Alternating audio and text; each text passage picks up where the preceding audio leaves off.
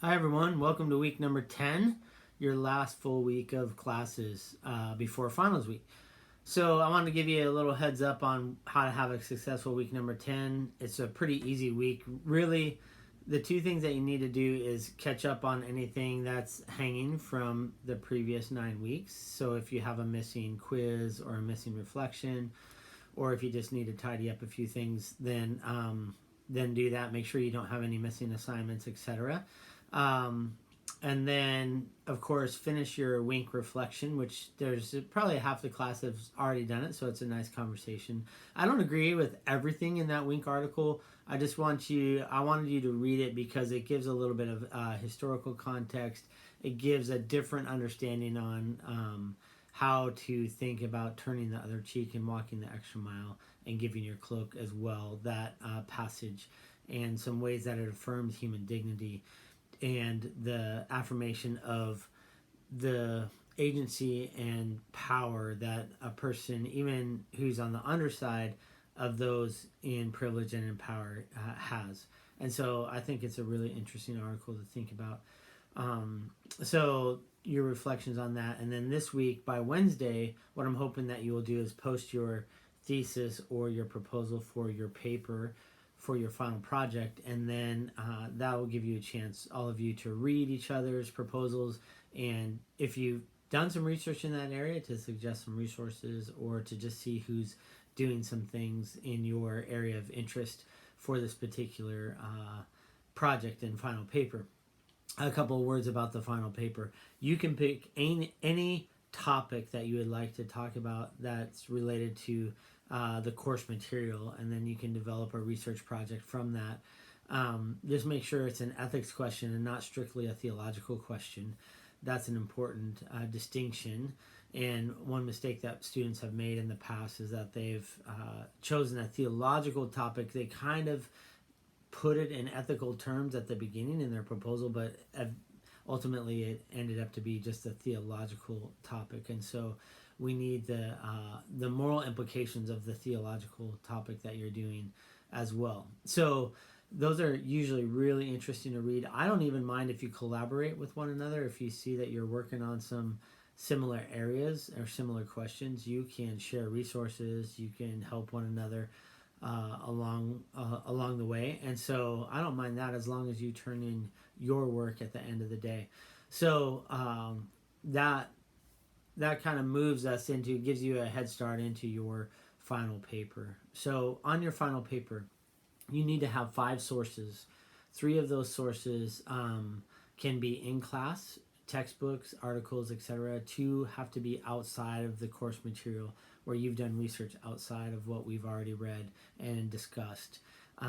You need to have footnotes, not just notes in parentheses at the end of the sentence, but actual footnotes, unless I've given you a special permission otherwise.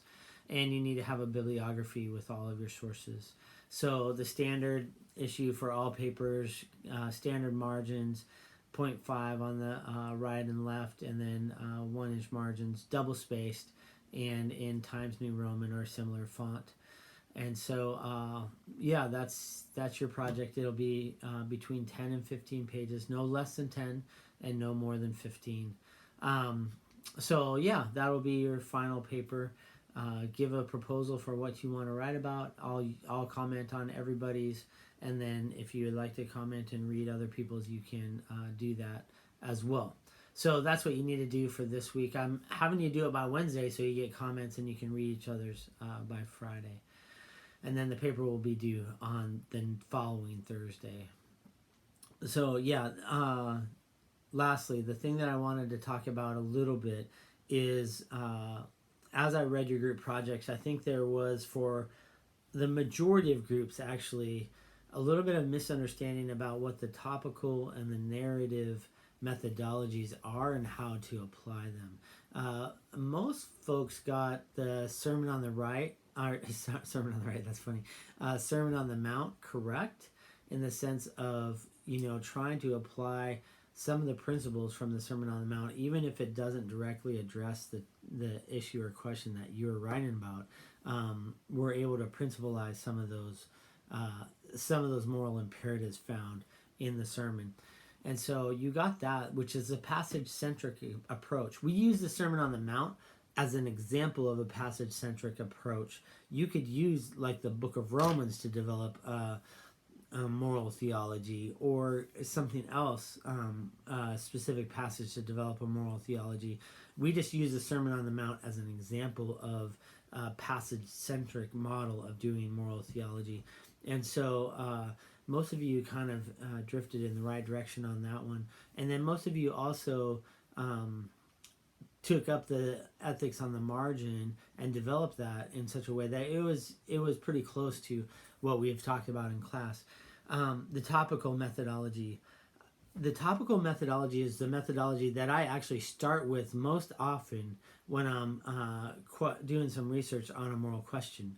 So basically, the topical methodology is: does the Bible have anything specific to say about a specific topic?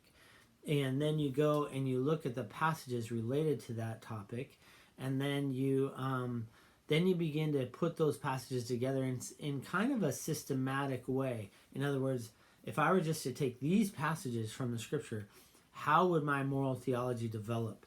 And so you, in that section of your group project, you should have had a list of the passages that directly relate to your specific question. So let's take sexuality, sex, gender, and marriage.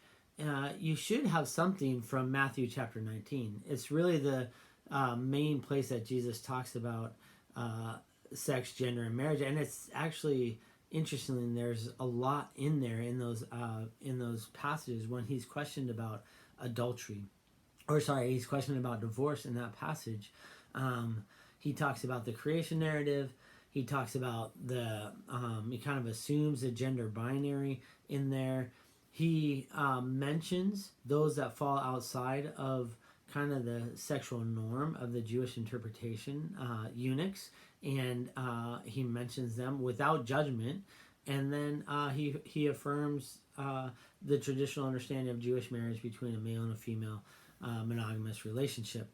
And so there's quite a lot. Oh, and then the other thing that he does in that passage is he talks about the difficulty of these kinds of human relationships. And so that's why God permitted divorce, because of the hardness of people's hearts. Just that it's really difficult to bring two people together in that close and intimate relationship with sin that fractures kind of the image of God in one another, and how we relate to others. And so you should have that passage in there. You should have, if you're developing a theology of marriage, some of the Old Testament passages, even in the Holiness Code in Leviticus chapters 18 through 20. You should have something from Romans. You should have something from 1 Corinthians, where chapter 6, where it talks a lot about sexuality and appropriate and inappropriate sexuality. 1 Timothy. There's several areas that talk about how does God frame our understanding of sex, gender, and marriage. And so you should, in the topical method, just be looking for those passages that talk about these kinds of things, and then putting them together. So it's more of a systematic kind of way to go through the scriptures and look at them and develop a moral theology. With the narrative method, you're not telling a story, or you're not picking up on a story in the New Testament or the Old Testament. What you're doing is you're reading the entire arc of the Old Testament, or the entire arc of the New Testament, or the entire arc of the scriptures, and you're saying what images or what things get repeated over and over and over again when it comes to how do we live our moral life, and how do we live faithful to the way of Jesus and the truth of Jesus in our lives. What do the writers of the scriptures keep coming back to in order to inform their motivation and the reason why they're making this moral imperative? And so as you read Christopher Wright, he talks about the theological angle, the economic angle, and the social angle. That is our theology, the land, and the community, right? And those things form and shape how we do our moral understanding.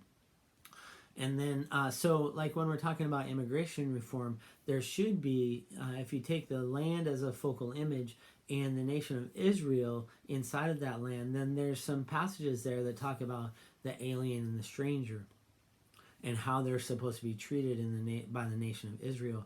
Then, if you carry that forward into the New Testament, and Hayes we use as our example of a narrative moral theology, he talks about the cross, the community, and new creation or eschatology as kind of the defining focal images there. And so you can pick up that, oh, Wright has community in one of his focal images in the Hebrew scriptures. Hayes has community in one of the focal images in the New Testament. And so are they similar, and can we draw an analogy from the Old Testament to the New Testament, or are they different? And so we need to climb the ladder of abstraction to find that particular analogy. And so they are completely different in the sense that Israel was a nation that was supposed to live out their moral lives amongst the nations so that that would draw the nations to Yahweh. The community of faith in the New Testament that is gathered around Jesus is a community in all of the nations. It isn't a specific nation. It's actually a community now that goes outward instead of drawing people inward, and to preach the gospel and to demonstrate the wisdom and beauty of God in each community in all nations. And so there's something different there, because then we live inside of a nation that has laws, but we're not the ones that define those laws.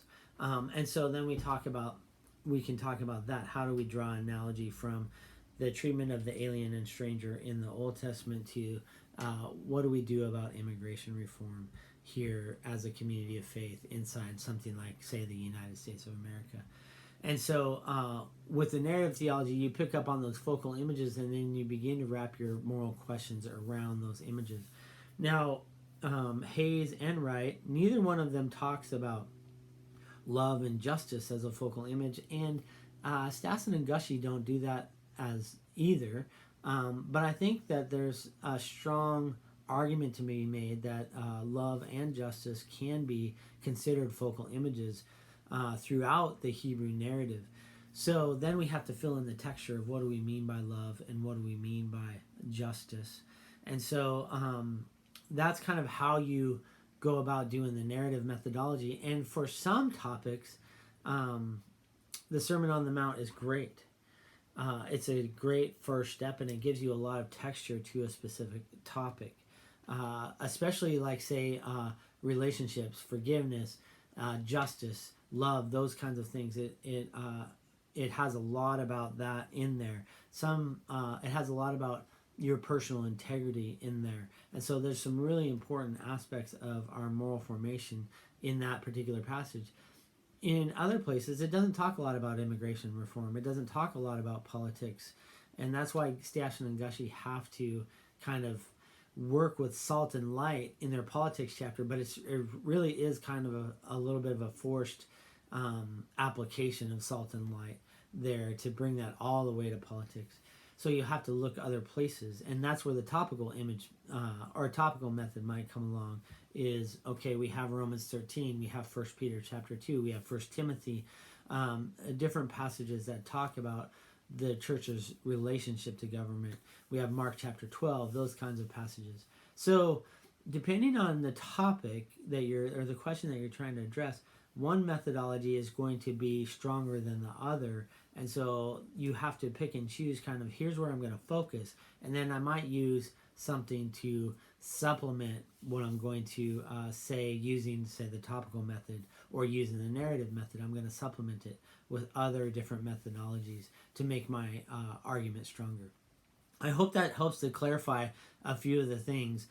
We can talk more about that, but I wanted to clear that up a little bit. Topical method, look for where the scriptures speak to that specifically, and then develop a system of moral theology kind of out of that. And then narrative method is look for the focal images that are carried throughout the story arc of either the Hebrew scriptures, the New Testament, or the entire Bible itself. Okay, I hope you have a great week this week. I'm think that I'm recovering, and so I should be ready to go here starting Monday. All right, thanks for your patience. Talk to you soon. Bye.